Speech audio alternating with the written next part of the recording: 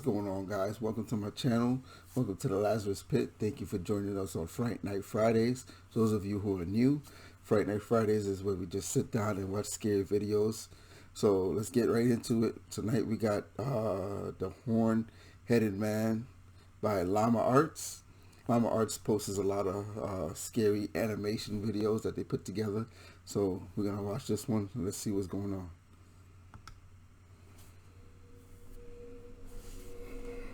Moonlight peered through my window as I jolted awake. My clamorous breaths disturbed the silence of my dark room.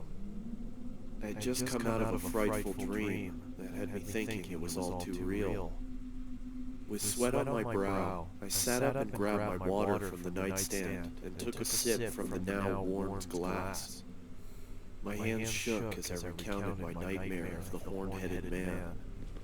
In my dream, I was walking through my neighborhood, the street lights flickering as I made my way down the uninhabited sidewalk. Nothing threatening, just a walk through the midnight hours. A block down, I could see a figure in the distance, walking slowly towards me. His steps seemed mismatched and labored. He passed a few houses looking straight ahead, neither looking left nor right. His head was fixed on... I know he said this is a dream, but you're telling me you see a guy walking like that with something on his head and you're walking straight on the same street as him? I'm crossing the street or I'm hiding until he passes me. That's crazy. The sidewalk in front of him. As I was getting closer to my home, I could see him slowly starting to embark on my territory. I quickly rushed to my front door and hurried inside. Through my window, I could see him walk past my property. I was thinking to myself, oh God, please have... He's looking at the window, he ain't got no curtains? He was just about to walk all the way past my front yard when he stopped. His body almost shifted abnormally as he turned to face my home. He just stood there, looking, not moving, just standing there. The man bore the horned head of a skeletal goat. His body was pale and looked fragile, and his fingers were thin and bony. I thought to myself, what does he want? Slowly, he started lifting a quivering arm and pointed right at me. I started to backpedal into the darkness of my house, when all of a sudden he let out an inhuman screech. That's when I woke up. Too frightened to go back to bed, I turned on the television and saw that the local news for early risers was on. My stomach dropped, and my body suddenly turned cold as I listened to the current... What does the tattoo say, Marv? The news anchor on the television said, "Breaking news. A woman who lived on Columbia Avenue has been murdered. Local officials say that they received an anonymous phone call from the victim's home. We arrived at the house at around 12:20. We saw the victim inside in a car which rested next to her. The sheriff held up the card. On the back of it, I could see the image of the horn-headed man. The officer started to read. One down. Slowly I go." He then lifted his head back up. His blood started trickling from his eyes and mouth. I sat there shaking, and I couldn't breathe. Columbia's just 3 blocks away from me. I jumped out of my bed and ran to my window. Something within me made me want to look outside. That's when I saw him. He just stood there, looking, not moving, just looking. The horn-headed man, his body pale and fragile, and his fingers thin and bony.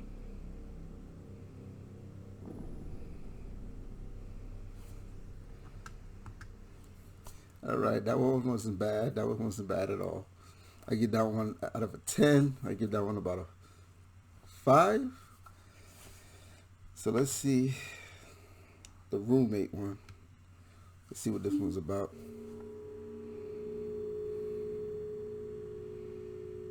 Looking for a new roommate is always a daunting task.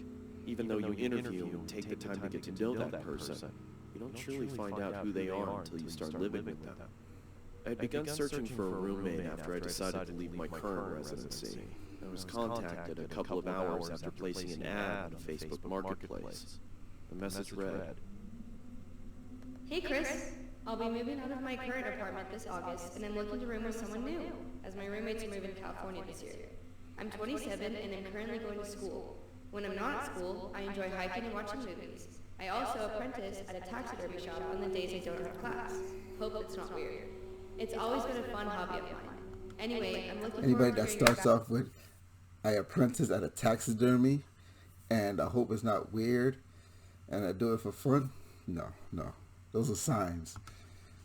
Have a great day, Lunaire." my first and most obvious reaction after reading the message was to check her profile. She was of medium height, had long, messy blonde hair and green eyes. In her profile picture, I saw her standing with a man and a woman shoulder to shoulder. They each adorned goofy grins and held up peace signs. Under the photo, the caption read, "Love my roommates." I smiled to myself and decided to send her a message back. And why? The sun beat down. Why was there a girl across the street balcony looking at him through his window? It's just weird. Hoisted various objects to the second floor of our new apartment.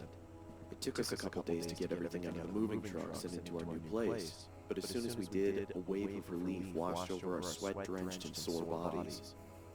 After a couple more hours of rearranging, we each grabbed a beer from the fridge and sat on the porch. We reminisced about old 90s cartoons and what video games we obsessed over. That's something I would do. And as the sun started to set, I truly felt relaxed and confident that things were going to work out. A week later, I started a new job for a construction company that was owned by a good friend of mine. As I was getting ready, I heard the front door swing open. I walked into the living room to see Lunaire and her friend David sliding in a large box. "What you got there?" I asked. Through a strained grunt, she replied, "I bought a freezer to store some of the animals I'm planning on using in my taxidermy work." Can we both use that deep freeze?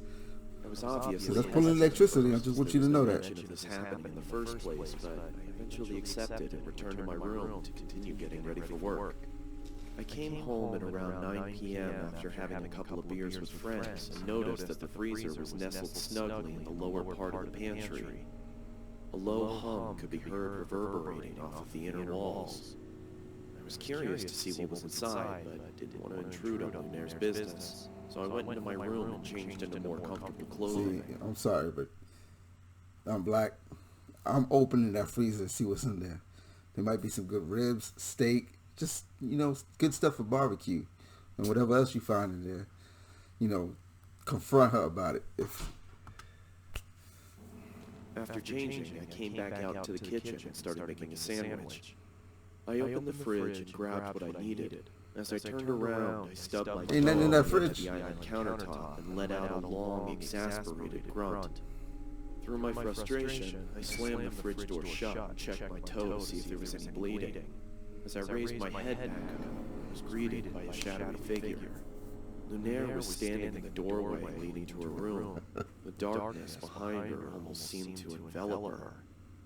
"Is everything okay?" She said in a deadpan tone. "Shit, yeah, I'm sorry. I just slammed my toe into the corner of the countertop as I was making a sandwich. I hope I didn't wake you." "It's fine," she said in the same deflated tone as before. She then turned around and walked back into the darkness of her room. I could tell that she was pissed, so I quietly made my sandwich and retreated back to my room as well, only hearing the low hum from the freezer as I closed my door. I had the next day off, so I was able to sleep in a little longer than usual. When I finally emerged from my room, I walked into the kitchen to make breakfast.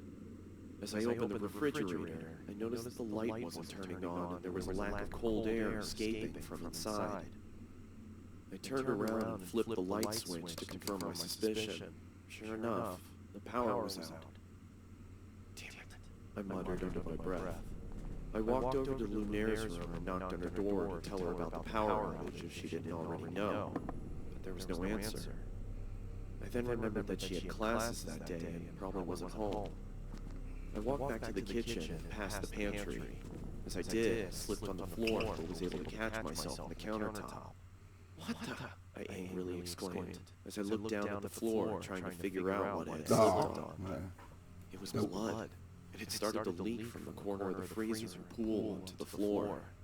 I quickly tried to open the freezer to find out the cause of the viscous liquid, but then I noticed that it had a padlock attached to it. I don't remember seeing that before. I ran out to my car and grabbed my toolbox from the back seat. I approached the freezer and set my tools down on the nearby countertop. I then pulled out a small pair of bolt cutters and snapped through the metal of the padlock. It fell to the ground with a large thud. I creaked open the top of the freezer and was greeted with a putrid stench that permeated my nostrils. I quickly pinched my nose and walked away gagging in response. I guess I should have realized that was going to happen, I muttered to myself in between gags. After gaining my composure, I grabbed some gloves from under the sink and started taking inventory. I could see a couple of dead birds in plastic bags wedged into the corners of the freezer. I took each bag out and set them in the trash can nearby. That's when I noticed that the blood was coming from the corner of the larger black bag. I don't know why, but I decided to open the top of the bag. He already knows what it is. Look at him shaking. I was greeted by large, milky white eyes, a swollen black tongue surrounded by cracked and bloated lips, and the matted hair of a human head. I swiftly dropped the bag and fell backwards onto the floor. My breathing had ceased to exist, and I grabbed the trash can next to me and expelled my disgust into it. I then ran out the door, got into my car. I clean it up, act like nothing happened. I ain't gonna be the next roommate to be in that. Police. As I sat in the interrogation room with a blanket over my shoulders, Oh, he I snitched? didn't help but think about the face I'd seen. I probably would too, though. I might. So familiar. That's when it finally hit me. I pulled out my phone and looked at Lunaire's profile picture. It was her old roommate, the one she said was moving to California. When the detective entered the room, she started the questioning process, asking me if I started noticing any weird behavioral occurrences around the apartment. Yeah, I stubbed my toe the other day, and she creepily stood in the doorway. It seemed like she was pissed, but for some reason I had a strange feeling like she was concerned about something. That's when I connected the dots. She didn't come out to the kitchen because she heard me stub my toe. She came out to the kitchen because she thought I slammed the freezer instead of the fridge. A cold sweat started to form on my forehead as my surroundings became blurred. I could hear a low whine slowly starting to cover up the words of concern from the detective. As my vision started to clear, I could see another officer enter the room and whisper something into her ear as he handed her a piece of paper. "Do you have somewhere you could stay at?" she asked. I mean, I was planning on staying with my parents. They live about 30 minutes outside of town. Okay, she paused. Listen, I don't want to worry you, but we found this picture inside of your apartment. She slid the piece of paper across the table, and I immediately felt like someone kicked me in the chest. Oh, The head of man. Lunaire's other roommate sat on a chair.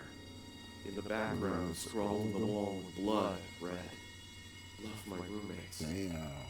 all of them." What?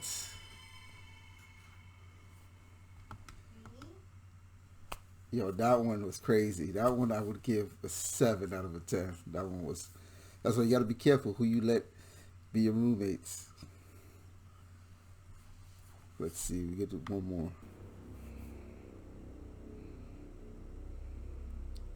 My name is Josh Roberts, and it's been a year since I was abducted. I remember it like it was yesterday. I was walking home from school. It was about 6 p.m. and there was a full moon and a chill in the air. I stepped off the bus, and for the first time, someone else got off with me. I'd never seen this new kid at school before. I could hear footsteps behind me. I took a quick glance and saw the kid walking at a brisk pace. I thought he was following me, so I took a left, which wasn't my usual route. I looked around again and saw him take the same left. My heart started pumping and my legs started shaking at the sound of the footsteps as they got louder and faster. I then panicked and started running. I remembered a shortcut in the nearby forest to my neighborhood, so I ran as fast as In my the legs forest? could carry me. "Hey kid, wait up!" said a heavy voice from behind me. I tried my hardest not to stumble on the logs and boulders in my path. I could hear the sound of sticks and leaves being broken by some fast, heavy footsteps. My legs started throbbing as the adrenaline wore off, so I took a detour towards a playground. I stopped to catch my breath, looking around for He's somewhere gonna to run hide. in the forest And to went an silent. abandoned, not abandoned, but an I empty was park. doubtful that I lost him. I took my phone out to call the police when I spotted a local news article. Caution, there is a suspicious man on the loose. He escaped the local prison and assaulted an officer. Beware, he may look like a teen, but he is in his 20s. If you see him, call 911 immediately and lock your door. My mind started rushing with thoughts, and I started to panic. All of a sudden, someone started choking me Oh with their arm. man. I tried to fight back, but they were so strong, I didn't stand a chance. My feelings of hope began to diminish as I slowly blacked out. I awoke to find my... So you run into the woods, and you look at your phone, and you don't look at around you. You don't look who's chasing you, who's following you. You don't look around. You don't. Oh man, that's crazy. myself in a dark, damp room that looked like a basement. The floor was hard and cold. There were no windows, but there was a staircase and a bathroom. I tried to move, but I was tied up with a thick rope. Yeah, I got him. How much was the deal? 200? He's selling them. Listen, you gotta do a little better than that. Okay, fine. You better bring the right amount, or you'll be tied up like that kid. What? Are they selling me? The guy sounded mad Oh, and anxious. there's ice in the no matter tub. who They was selling you for talking to. organs. Right after he hung up, he opened the door and walked down the stairs with an evil smile. Let go of me! I exclaimed as he taunted me. My arms started to fall asleep due to the tightness of the rope. He came closer to me and I spat in his face. He looked at me in sheer rage. I don't know why people spit in people's faces. That's the Then worst the thing you can doorbell do. rang, followed by pounding on the door. The guy grabbed some tape and shut me up before I could scream for help.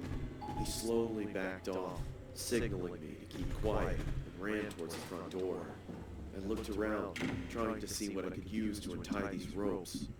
I spotted a rusty, sharp edge sticking out of the wall. This was my one hope. I successfully got up and tried with all my might to reach it. As I was trying to cut the rope from my hands, I could hear the commotion upstairs getting heated.